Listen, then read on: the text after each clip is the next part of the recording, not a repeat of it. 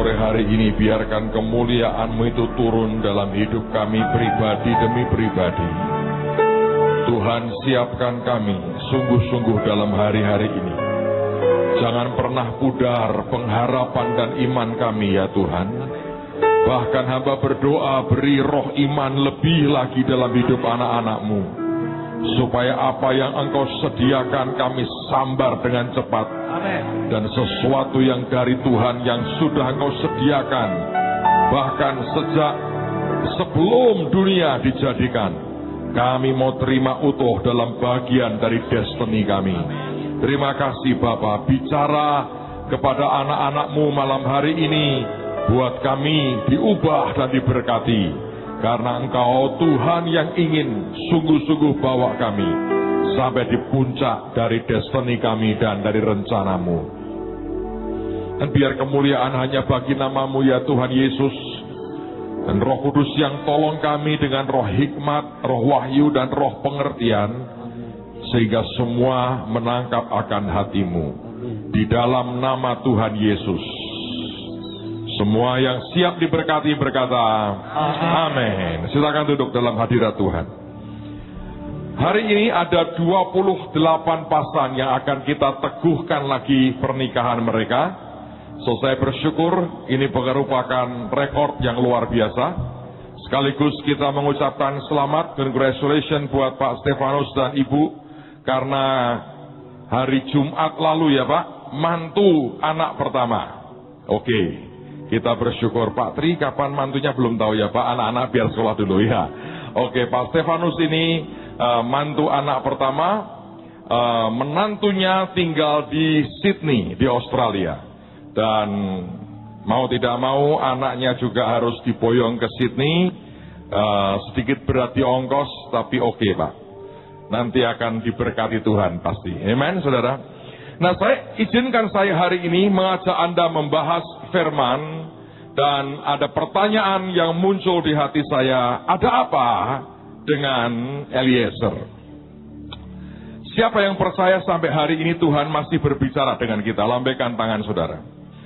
Sebelum saya bahas akan pokok ini, saya ingat satu peristiwa. Kalau Anda ingat peristiwa 2 minggu yang lalu, saya harap Anda masih ingat ada hamba Tuhan, Maurice Clark, sedang memainkan biolanya. Oh by the way, kita baru selesaikan rekaman Heavenly Five. Saudara, ada 5 orang yang kita ambil, menurut saya Tuhan pilih untuk dibuat satu grup. Dan mereka ini teman-teman yang punya kemampuan vokal yang di atas rata-rata. Dan kemudian kita buat rekaman, kita pilihkan lagu-lagu yang orang biasa mungkin akan sukar menyanyikannya. Tapi dalam anugerah Tuhan mereka bisa. Ini bagus sekali. Dan akan kita jual nanti pada acara Bahtera. Kita ada persediaan sedikit dari yang produksi. Dan Anda bisa sudah mulai dapatkan nanti selesai ibadah. Dan di dalamnya ada beberapa lagu yang Maurice Clark sebetulnya mainkan lewat violinnya. Bagus sekali. Nah saudara sekalian, Maurice Clark menyampaikan akan pujian, kemudian firman Tuhan. Dan orang ini orang yang menurut saya dia punya kenabian. Nah minggu sore seperti ini, siapa yang masih ingat peristiwa itu minggu sore 2 minggu yang lalu? Lambaikan tangan saudara. Ada teman saya, dia orang Palestina, tapi dia memimpin akan sekolah Alkitab yang di Bethlehem.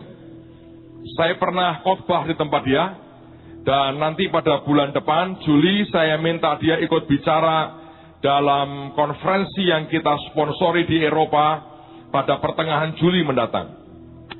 Nah, kemudian pada waktu mereka datang, ini nggak direncanakan sebelumnya. Tapi saya menangkap sesuatu kesempatan yang luar biasa. Lalu kemudian saya minta mereka berdua, saya berkata, tolong kalian berkati jemaat dan berkati bangsa Indonesia. Lalu kalau saudara masih ingat, mereka berdua maju ke depan, dan Dr. Jack adalah kepala sekolah Alkitab di Bethlehem.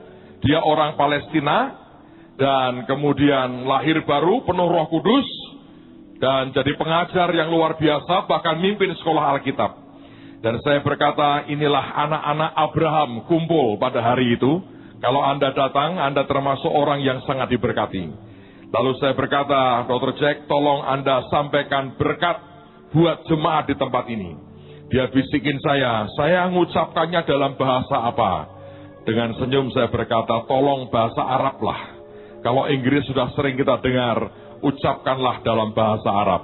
Dan dia mengucapkan dengan bagus sekali, karena itu tiap hari dia bicara bahasa Arab, itu bahasa ibunya dia. Dia ucapkan berkat. Lalu yang satu saya berkata, kamu juga anak Abraham, tolonglah ucapkan berkat. Lalu kemudian dia buka akan Alkitab, di mana ada berkat yang diucapkan oleh Imam Harun buat jemaat pada waktu itu. Dan dia bahkan nyanyikan akan berkat itu. Saya berkata ini ajaib, di sini anak-anak Abraham rukun semua, tidak usah berantem. Yang satu keturunan dari Ismail, yang kedua adalah keturunan dari Ishak, dan ini keturunan dari Tuhan Yesus. Siapa keturunan Tuhan Yesus? Angkat tangan. Alkitab berkata di dalam Kristus, kita adalah keturunan Abraham dan berhak mendapatkan janji itu. Nah, selesai mereka mengucapkan berkat, kami itu makan sama-sama. Dan istri daripada Maurice Clark berkata, dia berkata, Pastor, ini sebuah peristiwa yang menurut saya ini penting sekali.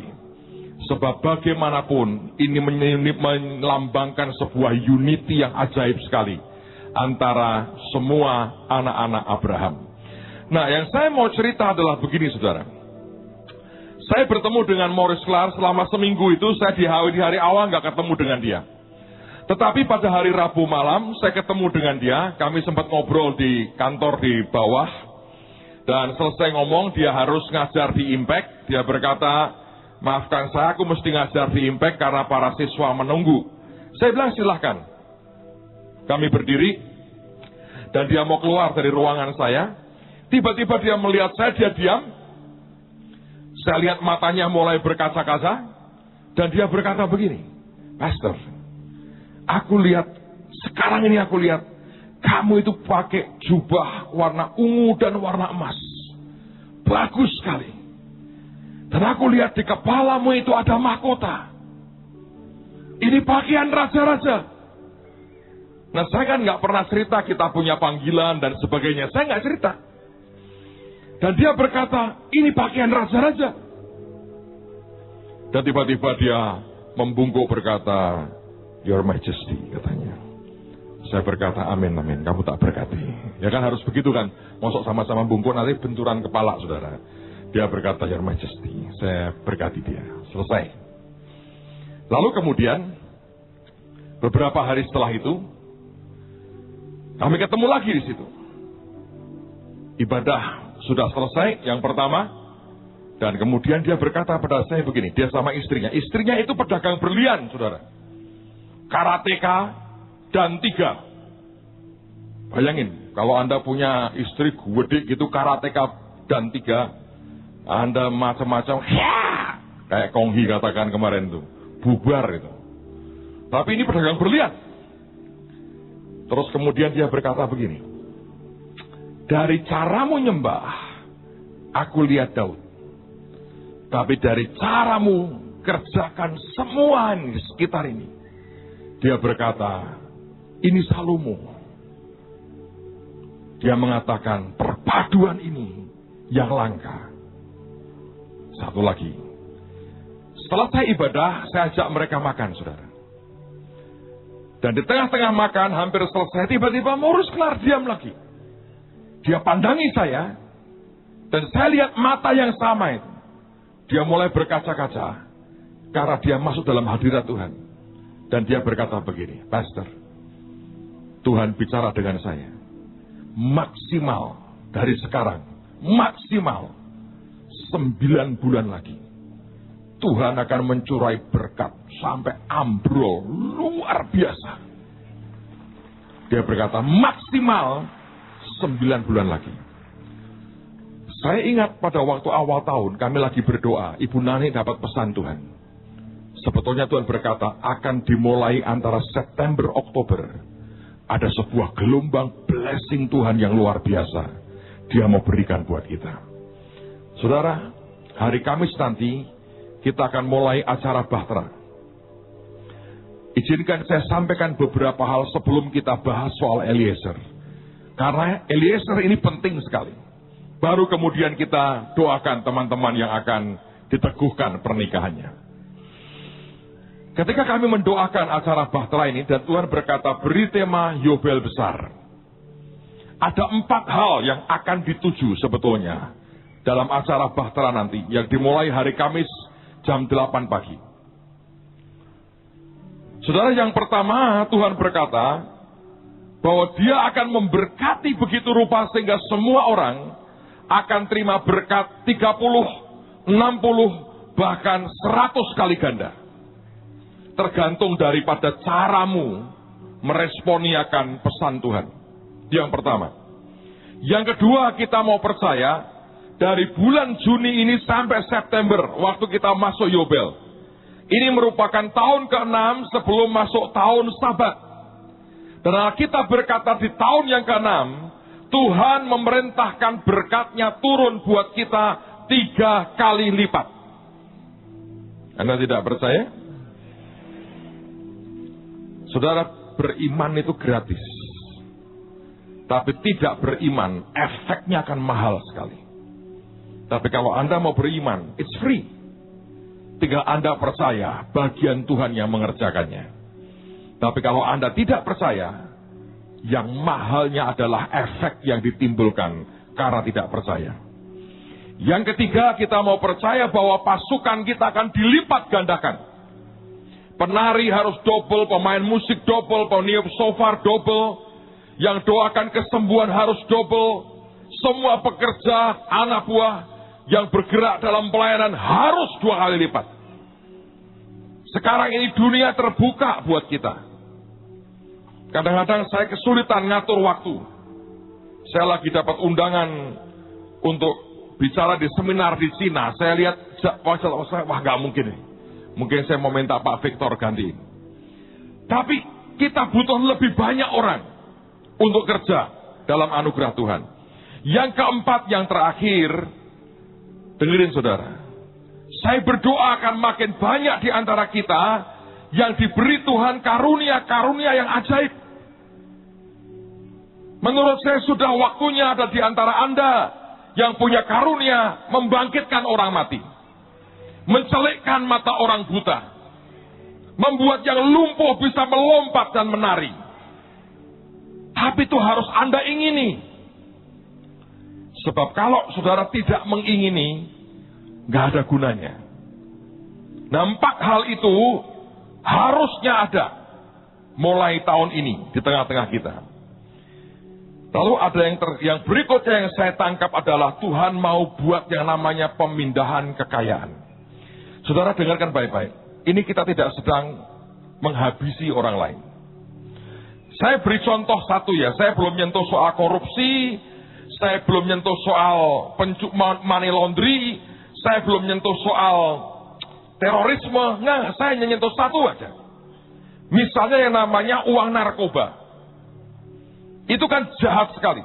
Indonesia dikatakan sudah masuk darurat narkoba. Dari yang saya bisa dapat datanya, di dunia ini, perputaran uang narkoba di dunia ini per tahun, itu mencapai 400 triliun dolar Amerika. Rupiahnya 7.500 triliun rupiah per tahun. Ada orang berkata, ngurusi apa Pak? Kok ngurusi narkoba dunia? Ini bukan karena saya berkata mari jual narkoba, justru sebaliknya. Gereja mesti doa supaya tidak ada lagi narkoba di Indonesia. Tiap hari saya dengar yang mati itu minimal 50 orang kena narkoba. Di Indonesia per tahun perputarannya 360 triliun rupiah per tahun hanya uang narkoba. Artinya per bulan sekitar 30 triliun per bulan. Artinya per hari 1 triliun per hari uang narkoba. Wah, itu bisnis bagus Pak. Salah, itu neraka itu yang punya. Harus bagaimana? Sembahyang perang, minta ke Tuhan. Tuhan, daripada jatuh ke tangan orang jahat, berikan kepadaku saja. Kalau Anda itu anaknya, Anda sudah akan menangkap ini. Entah kalau Anda ponaannya. Di tahun Yobel, hanya anak-anak yang terima dari Tuhan akan terima untuk selama-lamanya. Dan mereka pasti bukan anaknya Tuhan. Karena kerjaannya menghancurkan hidup orang. Sekarang persoalannya adalah dengan segala macam janji yang Tuhan beri, berapa banyak di antara kita yang akan bisa menerimanya? Saudara, hari ini saya mau ajak Anda belajar dari orang yang bernama Eliezer. Mengapa temanya saya beri tema ada apa dengan Eliezer? Karena memang sebetulnya kita harus bertanya, ada apa dengan Eliezer? Sekarang mari kita buka Alkitab kita. Lihat dalam kitab Kejadian pasal yang ke-15. Kejadian pasal yang ke-15, ayat yang pertama sampai dengan ayat yang ke-6.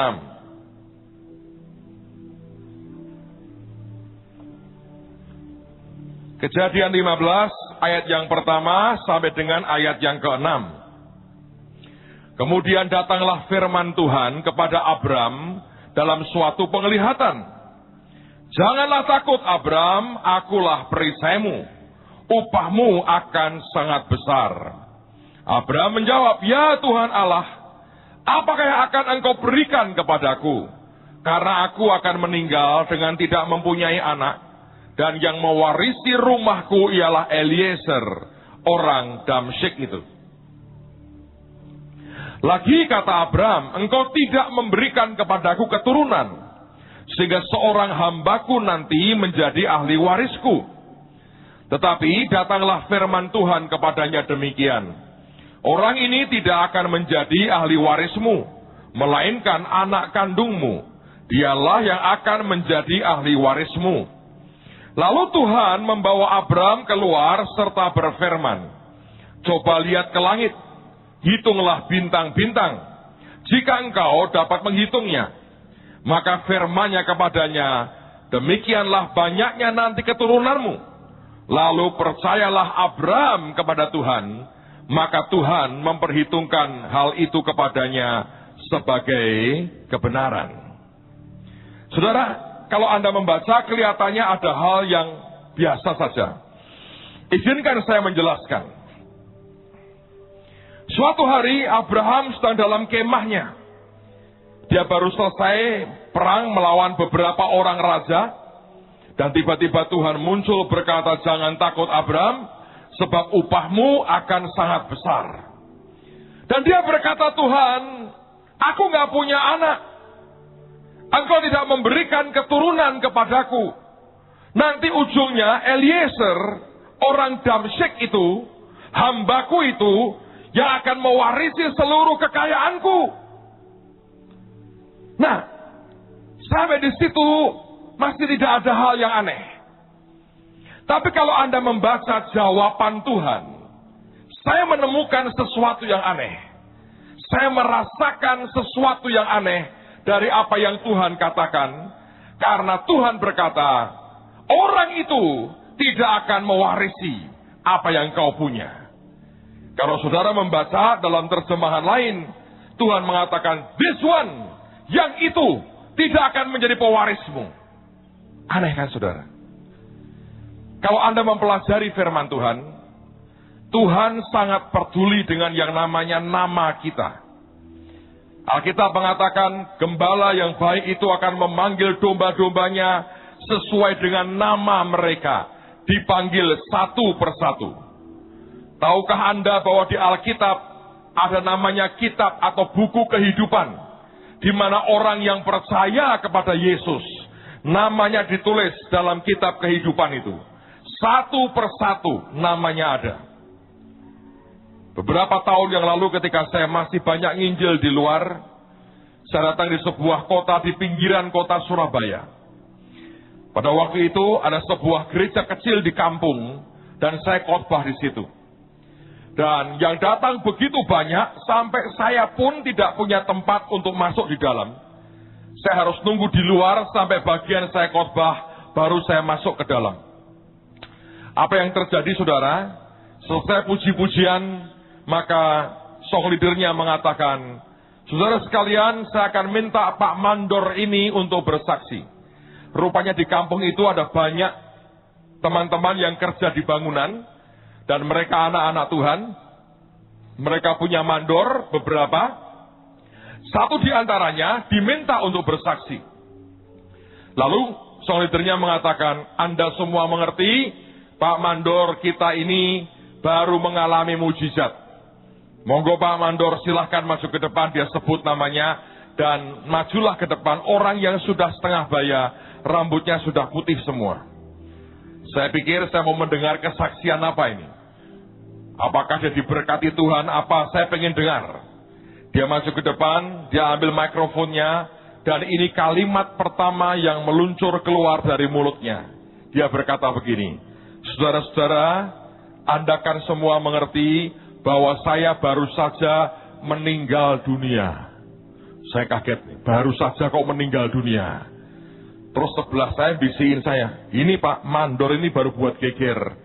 Minggu lalu memang baru mati, terus hidup lagi. Dan dia cerita kurang lebih seperti ini. Hari itu dia sakit, dia bilang, saya nggak masuk kerja, badan saya panas sekali. Dan tiba-tiba semuanya di mata saya gelap. Dan ketika saya buka mata saya sudah di tempat yang lain. Dan saya tahu saya sudah mati, saya lihat badan saya tergeletak tidak bergerak. Dan saya pindah ke alam yang lain. Dan dia melihat ada sebuah tahta, di depannya ada meja besar, ada orang yang putih sekali duduk di tahta itu. Saya ketakutan katanya. Tapi orang itu dengan wibawa dia lambaikan tangannya, dan saya mendekat kepadanya sambil gemetar.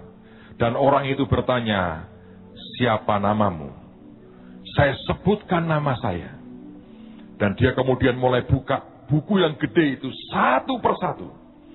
Dan dia berkata, maaf, namamu tidak ada di sini. Kamu tidak bisa masuk surga. Dan dia berkata, saya ketakutan luar biasa. Saya minta ampun. Dia berkata, aku tidak tahu, ampuni aku salahnya banyak. Dan tiba-tiba orang yang berwibawa ini, dia berkata, aku beri kamu kesempatan hidup sekali lagi. Kamu harus cari tahu bagaimana supaya namamu tercantum dalam kitab kehidupan yang di surga ini. Sekarang pulang.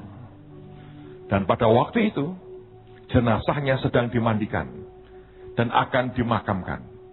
Ketika lagi dimandikan itulah tiba-tiba bangun, saudara. Anda bisa bayangkan kalau Anda lagi mandikan jenazah, sudah tegang kan itu kan? Kecuali profesimu itu. Tiba-tiba bangun, sontak teriak kaget jerit keluar dari tempat itu. Dan orang kampung yang sudah begitu banyak di depan rumahnya kaget. Ada apa? Mandornya bangun, geger pada bubar semua, saudara. Sampai sekian menit kemudian orang perhatikan, loh, beberapa yang pemberani mendekat, ternyata hidup. Sejak itu dia cari ke banyak orang yang ngerti agama. Mana ada ayat di kitabmu yang berkata, di surga ada namanya kitab kehidupan, dan orang yang namanya di situ yang boleh masuk surga, yang tidak boleh. Dia cari ke banyak orang yang dia tahu. Dan tidak ada satu orang pun yang memberitahu dan mengerti. Sampai kemudian satu hari dia berkata, 2-3 hari setelah itu, Bapak Pendeta mendatangi saya. Dan tanya, Pak Mandor, apa betul kamu baru saja mati? Iya Pak. Apa yang kamu ingin tahu? Apa betul ada ayat yang berkata, kalau orang namanya tidak tercantum dalam kitab kehidupan, dia tidak bisa ke surga? Pendeta ini berkata ada. Dia buka Alkitab. Dia suruh Mandor ini baca. Dan waktu dibaca, dia berkata, aku sudah lihat kitab ini.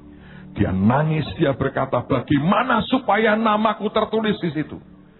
Dan Pak Pendeta berkata, terima Tuhan Yesus sebagai Tuhan dan Juru Selamatmu, maka namamu akan tertulis di situ. Siapa yang sudah percaya nama Anda ada dalam kitab kehidupan? Yang belum terima Tuhan, saudara, terima Tuhan Yesus dalam hidupmu. Yang percaya katakan amin. Nah, saudara sekalian, Tuhan sangat peduli dengan nama. Berkali-kali dia memberi nama kepada orang. Bahkan berkali-kali kalau Anda baca, dia mengubah nama orang. Tapi khusus urusan Eliezer ini berbeda. Hari itu bahkan untuk pertama kali dan satu-satunya nama Eliezer disebut. Yang lain biasanya tidak disebut namanya. Hanya dibilang hamba dari Abraham, hamba kepercayaan Abraham.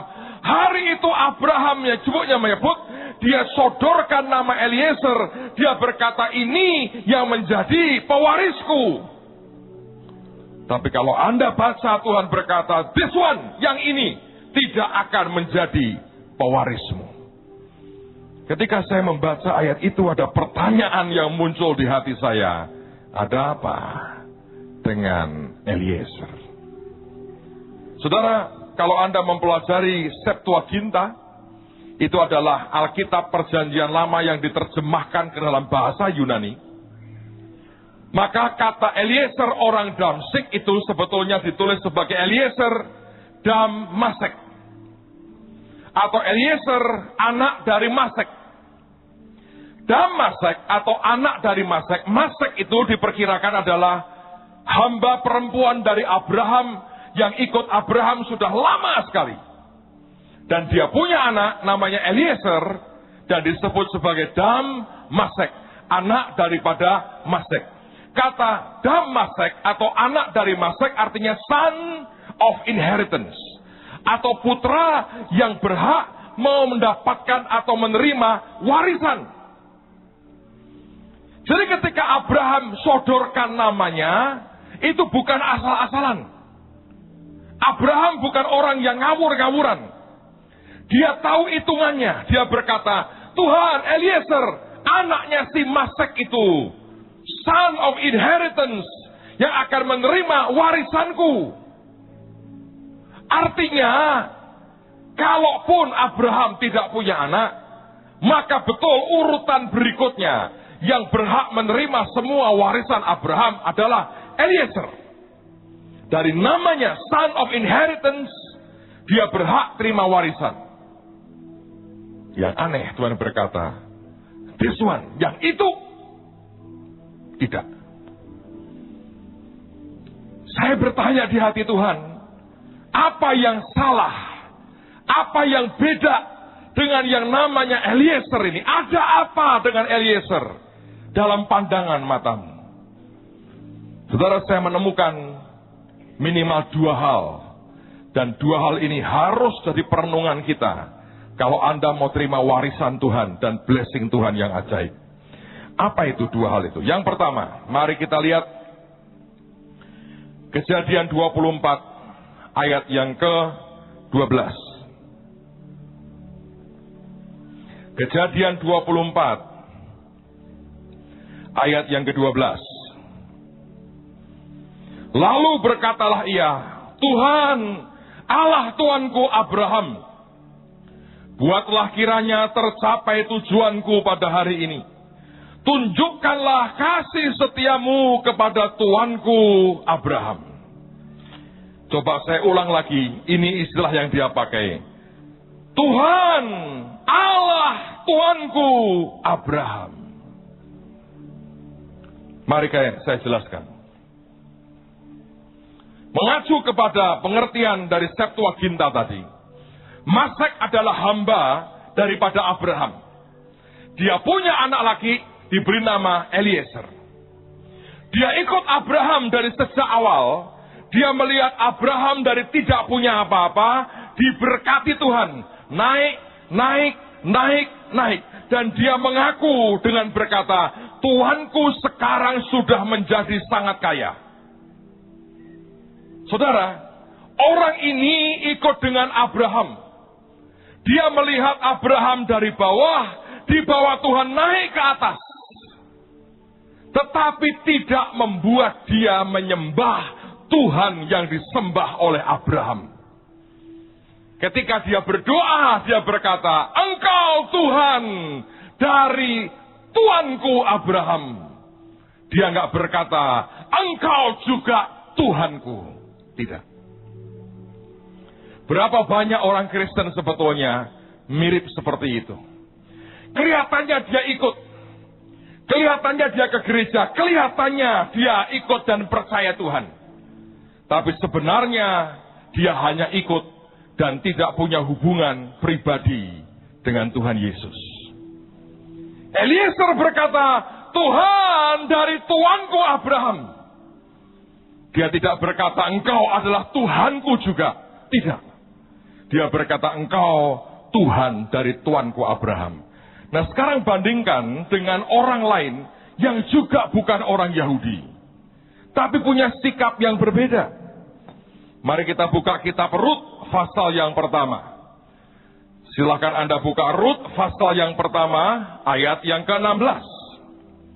Alkitab berkata, tetapi kata Rut, janganlah desak aku meninggalkan engkau dan pulang dengan tidak mengikuti engkau. Sebab kemana engkau pergi, ke situ jugalah aku pergi. Dan di mana engkau bermalam, di situ jugalah aku bermalam. Bangsamulah bangsaku, dan Allahmulah Allahku. Rut bukan orang Yahudi, dia orang Moab. Suatu hari ada kelaparan di Bethlehem dan di tanah Yehuda. Ada seorang bernama Elimelech dengan istrinya bernama Naomi, dengan dua anaknya Kilion dan Mahlon. Mereka berempat pergi keluar dari tanah perjanjian, pergi ke tanah Moab karena mereka mencari makan. Di sana kedua anak lakinya menikah dengan Orpa dan dengan Rut. Apa yang terjadi? Si bapak Elimelech mati, dua anaknya laki juga mati. Tinggallah Naomi dengan dua orang menantu perempuannya. Dan satu hari Naomi berkata, aku mau pulanglah. Dua menantunya berkata, kami ikut ibu. Naomi berkata, enggak usahlah kamu pulang, buat apa? Aku enggak punya apa-apa kok. Akhirnya Orpa menangis dan kemudian dia tinggalkan Naomi. Dia pulang ke kampung halamannya. Tapi Rut berkata tidak. Jangan paksa aku pergi meninggalkanmu. Kemana engkau pergi, aku pergi. Kemana engkau bermalam, aku bermalam. Bangsamu adalah bangsaku. Allahmu adalah Allahku. Bayangin, Eliezer melihat Tuhan yang memberkati Abraham. Dari nol naik sampai ke atas. Tetap tidak mau nyembah Tuhan. Rut melihat keluarga Elimelech. Yang dari punya banyak. Makin lama makin miskin dan tidak punya apa-apa. Tapi malah berkata, Allahmu adalah Allahku. Saudara tahu bedanya dua orang ini? Eliezer ketika diajukan oleh Abraham, biarlah dia yang terima warisan. Tuhan berkata, yang ini tidak. Tapi Rut orang Moab yang berkata, Allahmu adalah Allahku. Tuhan angkat dia. Menikah dengan konglomerat paling kaya di Bethlehem, namanya Boas. Mereka menikah punya anak bernama Isai. Isai kelak punya anak yang namanya satu di antaranya Raja Daud. Kalau Anda melihat itu, betapa pentingnya semua orang punya hubungan pribadi dengan Tuhan. Anda boleh ikut apapun yang baik. Tapi kalau tidak ada hubungan pribadi antara saudara dengan Tuhan, itu masalah. Ada apa dengan Eliezer? Sebab ketika Abraham diberkati luar biasa, dia melihat kemuliaan Tuhan, bahkan dia tidak mau ikut nyembah. Makanya ketika namanya diajukan, walaupun namanya Damasek, son of inheritance, Tuhan berkata, yang ini tidak akan. Sebab pemberian yang terbaik dia mau berikan kepada anak-anaknya. Semua anak-anaknya berkata. Yang kedua, ada apa dengan Eliezer? Mari kita lihat Kejadian pasal 24. Kejadian pasal yang ke-24, ayat pertama sampai dengan ayat yang ketiga. Lalu kita akan bandingkan dengan ayat yang ke-37. Kejadian pasal 24, ayat yang pertama sampai dengan ayat yang ketiga. Adapun Abraham telah tua dan lanjut umurnya. Tolong Anda perhatikan karena saya sudah tanya ke beberapa orang pada nggak mudeng ini. Di mana bedanya? Hari ini saya murah hati, tidak usah teka-teki, saya mau langsung jelaskan. Tapi perhatikan ayat ini. Adapun Abraham telah tua dan lanjut umurnya, serta diberkati Tuhan dalam segala hal. Berkatalah Abraham kepada hambanya yang paling tua dalam rumahnya, yang menjadi kuasa atas segala kepunyaannya, katanya, baiklah letakkan tanganmu di bawah pangkal pahaku, supaya aku mengambil sumpahmu demi Tuhan, Allah yang empunya langit dan yang empunya bumi, bahwa engkau tidak akan mengambil untuk anakku seorang istri dari antara perempuan Kanaan yang diantaranya aku diam. Saya mau garis bawahi kalimat yang terakhir yang berkata bahwa engkau tidak akan mengambil untuk anakku seorang istri dari antara perempuan Kanaan yang diantaranya aku diam. Eliezer pergi sampai ke Ur Kasdim, ketemu dengan keluarganya Ribkah, dan kemudian dia mengulang perkataan Abraham tadi. Tapi lihat pengulangannya ada yang beda. Kejadian 24 ayat 37. Tuanku itu telah mengambil sumpahku. Dan kemudian dia tirukan perkataan Abraham. Engkau tidak akan mengambil untuk anakku seorang istri dari antara perempuan Kanaan yang negerinya kudiami ini. Di mana bedanya? Nggak usah mikir panjang, tak jelasin aja saudara. Karena saya sudah tanya banyak orang nggak ngerti semua.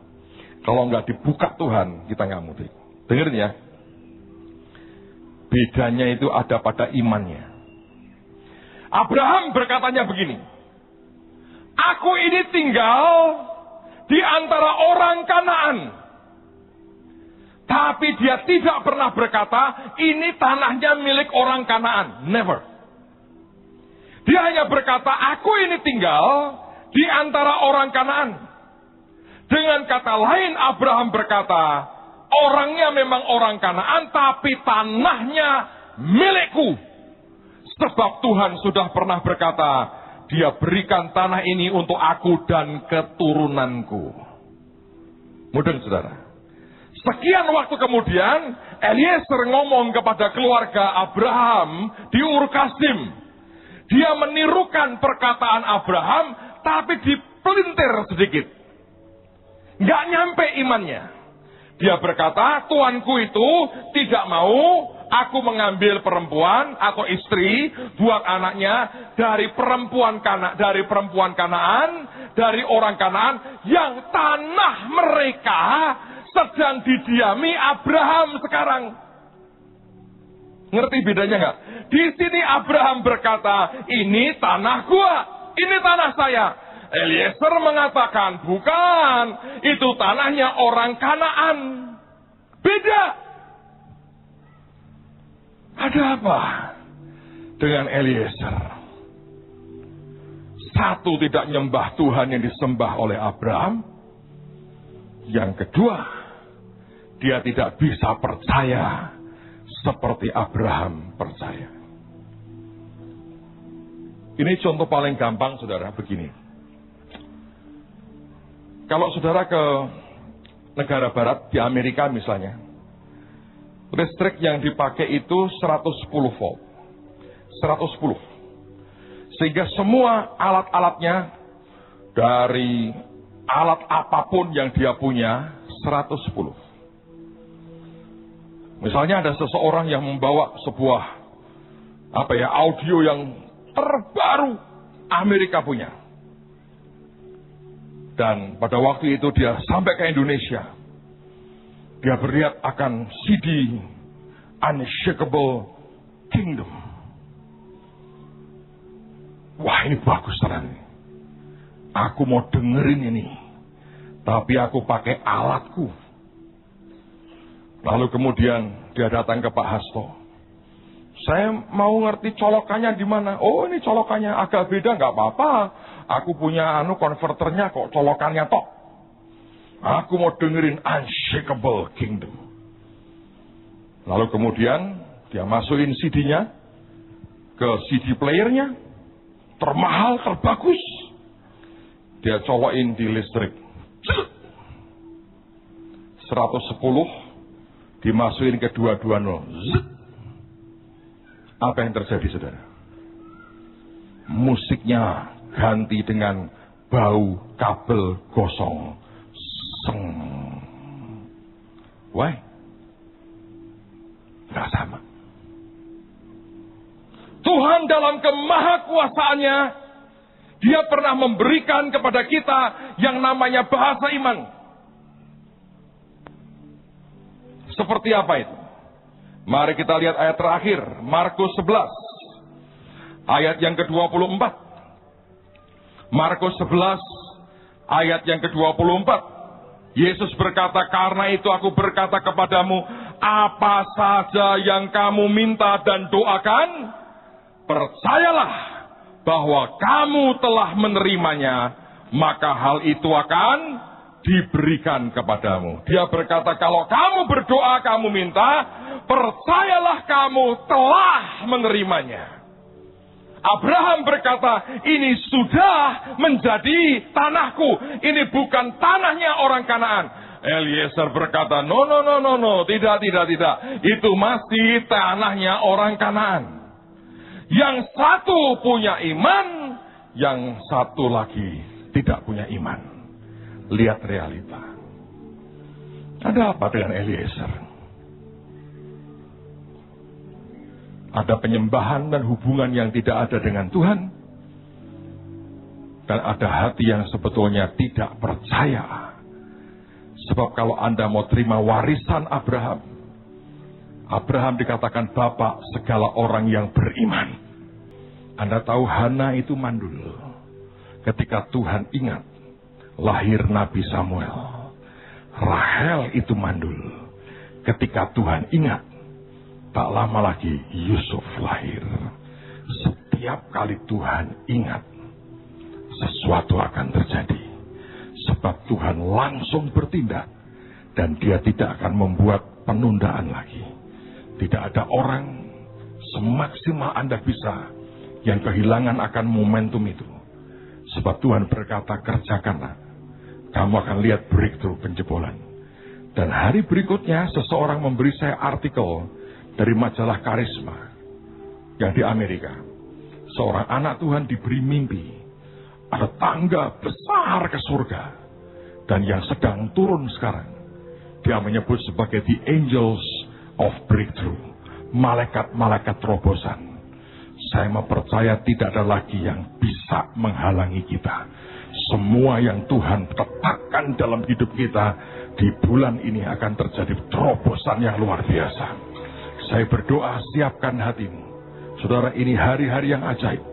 Tuhan akan pelihara hidup kita dengan cara yang luar biasa. Apa yang orang berkata tidak mungkin akan terjadi. Ada apa dengan Eliezer?